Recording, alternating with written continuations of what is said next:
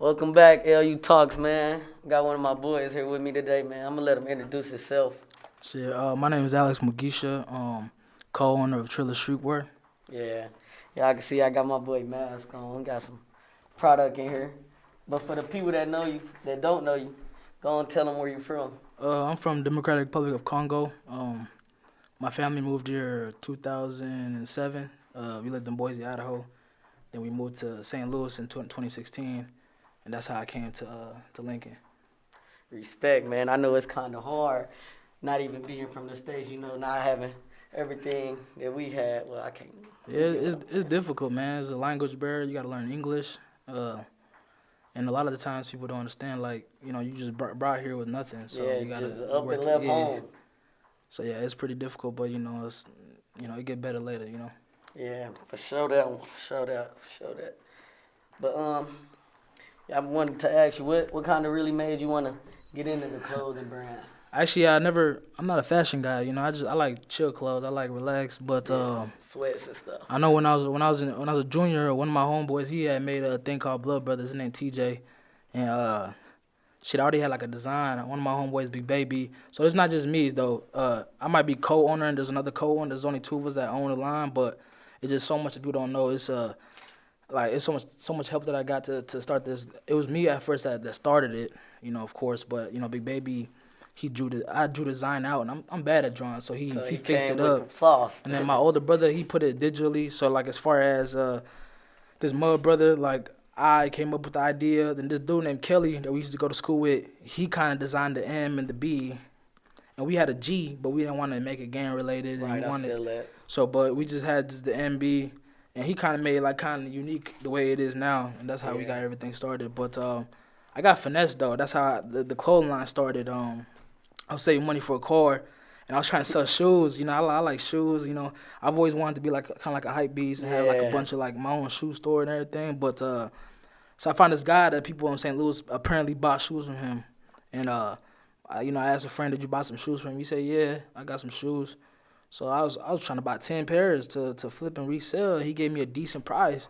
It's well over the thousands. Let me just say that. Like it's kind of embarrassing how much I lost, but I sent him the money and stuff, and he was just like, "I'm gonna send you." He sent me a tracking number, whatever. Overnight shipping. Came home the next day. Didn't see nothing. I texted him. He's like, "I'm surprised it didn't come." So for the longest, I didn't think he finessed me because he kept asking me every day, "Did it come? Did it come?" Man, I feel But like because he wasn't in St. Louis at the time, he was in ATL getting his shop ready and everything. But he seemed genuine. But I was young. You know what I'm saying? It was 2020. The era of the scamming, pandemic, whatever. yeah. But I knew better though. But I just, you gotta take risks. So I lost that money, my car money. So I ran it up back again, and shit. I was like, I'm Like big where you cold at line. now? Yeah. But I feel like without the L's, we really wouldn't be who we are. Yeah. You And, gotta that, learn from your mistakes. and maybe that money was lost for a reason, But you learned the lesson. Yeah, because that money that I had saved was money that I used to this thing.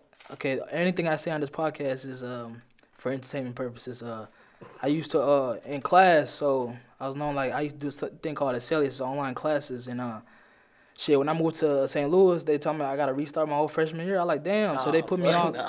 So they put me on my Acelius, and I finished that in like 2-3 weeks. My homeboy TJ, this dude that had the clothing line, he was like, "I pay you $100 to do my class." So you started making money Shit. doing I, homework. I finished that shit. It's a whole semester class. I finished But you it finished it in in weeks. 3 days. Oh, damn, naughty. So in 3 days, and then my so economics and stuff. You drop the price, you get more customers. I started doing it $50 a class, or 60 if I didn't know you. I'd do 80, and so I just ran it up. And I didn't have a job for the longest, and that's what I did. But what I was finna say though, yeah, I really fuck with the clothing, bro. I feel like shit. We need more like pop-up shops on campus, not with just your brand, cause I know it's other people that want to get their brand out, but like they really can't, cause they may be scared. They feel like they ain't got the what's the word I'm looking for, the support. I mean, yeah, it's a lot of money that goes into it. A lot of people think it's just like 200, but average job is like 2K. That's out of your money you got to make, and being in school, not everybody works. So like my freshman year and my sophomore year, you got to rely on being consistent to make them drops, or else you just be losing money. Like I know I spent like I think almost 3K on a drop, and I lost it. Like not even like the vendor or manufacturer's fault, but it got lost packages. You know, in the UK there were some laws that was being changed, and so they held my package there. And I think someone finessed it. That's what they were saying, and then they couldn't get my money back because my tracking number didn't even exist no more. So it's L's like that. So if you really want to take it serious as far as clothing line, and as far as you say pop-up shops, for the longest time I didn't. I know a lot of people don't even know I run the brand or own the brand. That's just not me. I don't really care. It's not about who owns it, whatever. When I first came to school, I knew you had something to do with it, but like I didn't know it was like your brand type. Yeah, but it's not just my brand; it's the people's brand. So one day, like my little cousin or somebody gonna be running it while he in college or Pass it something. down. Just pass it down. Just something to generate wealth or whatever. But it's difficult, man. You definitely lose some money, but if you consistent, like I know for the October, November, and December, I wasn't because I got my packages late, so I couldn't even really sell the shorts because it's too cold. So. Well, it's summertime, y'all, man. Go tap in with my boy. He got shorts. Man, show him the jacket. The jacket. So this is the Dickie jacket, kind of inspired by Dickie. It's not leather. I know a lot of people think it's leather, but it's 65% polyester and 35% cotton. And it's, if you know about Dickie, you know how the jackets were made. They're supposed to be workers' jacket, but now it's fashion. But yeah, this is our latest stuff, and the shorts is our latest stuff. But we just trying to be more consistent, so we'll do a couple girl drops, and I didn't want to announce it on my page, but we'll do some giveaways. I know we're looking to give away a wig. My best friend, she does hair. Man, y'all heard it here first. So what we'll do is just run an Instagram. We'll run some ads, whatever, and do a collaboration with my best friend. And she does real good hair. That's what she do for a side, but she should really make it her full-time job. But we'll do a giveaway for a wig. You don't have to pay anything. You just follow or just comment. I don't even care about just following. Just support, man. You don't have to buy nothing. You just and then I ain't gonna say it, but she goes here. She does makeup, and I just connected with her, and so we're planning to do a giveaway with her as well. I like to hear that, man. Everybody on campus coming together. Yeah, 'cause it's not never. I'm ready to like take a step out and maybe just do more, and just so much other things that I do other than just clothing line. Yeah. So other than the jackets and the shorts, what other drops you got coming out?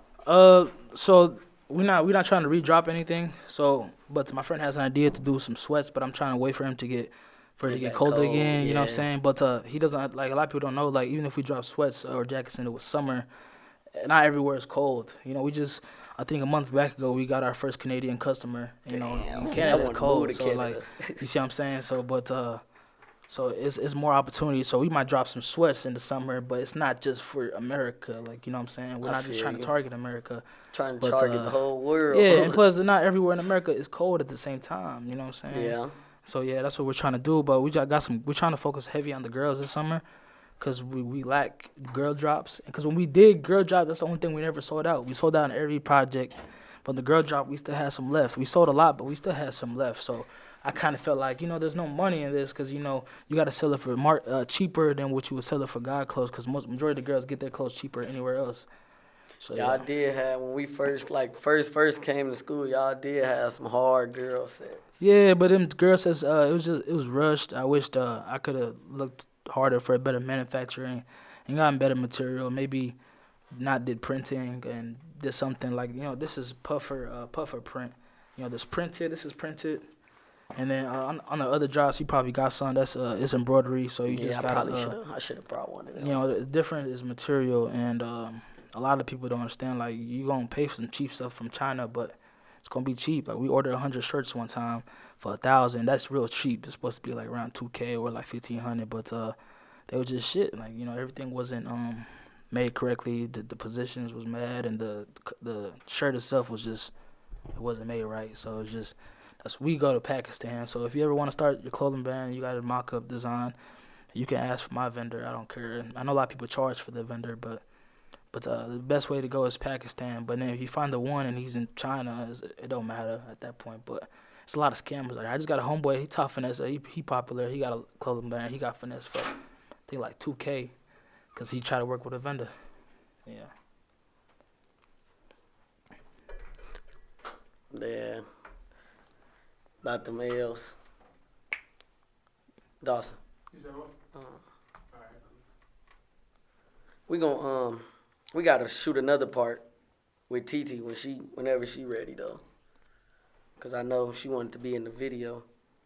And yes, I'll try to bring the guys, like, you know, the guys that I mentioned, like the guys from home. They in St. Louis right now, you know. They work a lot of behind the scenes. So if we going stuff, they rocking it, you know. And Yeah, I know a lot of people probably don't even know. I only got like a couple of Trillest stuff because when I keep it, people ask for it. Like, hey, can I buy it from you? And I'm like, all right, you know. I'd rather take the money than have the clothes because I can definitely just hit up my manufacturer and be like, you make me this. But yeah, for sure that. But yeah, so by the time we do that, you know, I should have. So I know Juwan, he's cold, so he will be here. I'll try to get him here, and then When they come back, we just to added my school. homeboy Ali. He does photography, so I know we're trying to find a fashion designer. So if anybody that's designer. fashion designers, because we're trying to move away from the streetwear and kind of get more organized and have better logos and stuff like that, and more logos honestly, because that's where you go. And then like, you know, Supreme, they or like Essentials, you know, they pay so cheap for their clothes because it just says Essentials. So we're trying to drop some crazy stuff and then go simple. But then back to the what you said about the drops, how you don't want to drop like the sweats in the summer. I know I follow this IG clothing brand page, and they be like, they'll drop like a jacket, 2 jackets, 5 pairs of sweats, 6 pairs of shorts, and some t-shirts, all in like the summer or the winter, just to like keep them in the loop type. Yeah, because and then it's like it's the same thing, but you gotta understand they're bigger, so they spend probably like $30K on one drop. We spend around $2 to $3K per drop, but they probably got better manufacturers that for low. So but yeah, he is right because they buying like, you know, jackets and sweaters and stuff like that. You can charge it for a better price, and you make like triple or quadruple the profit because but you gotta understand shipping as well. So that's a killer right now, especially with the prices going up. The shipping, yeah. If you ask me, I think your brand got campus on lock right now. That's all I see around campus. That's the second brand. So Forever Made Mad is it's an umbrella. We got the kicks by Trill, and then so Trillest will be just kind of like an empire thing. So we'll have like probably start like a credit repair thing, and then do like I know my homeboy they real good at like just working, like do business, and like, you know, I did like a landscaping internship and that was cool, and just consulting itself. So Trillest is gonna be like something bigger, and then we'll move away from the clothes and get that to like our little brothers and stuff, and then we'll work on more like heavily on just business that can actually do stuff like. And I like that blueprint. Yeah, so it's just Trillest has always been. I know a lot of people think, oh, Mick Mill said it before me, but I promise you, bro, he did not. Cause I had like I think 4th grade, 5th grade, I had like a shirt that had the Trillest in the back, and you know, when I used to be hooping and stuff, you know, but. So Young with it. I've always had it. I just didn't start until 2020. But I had a design from 2018. I just didn't start to 2020 because, you know. You know, I'm always gonna support the brand. Yeah.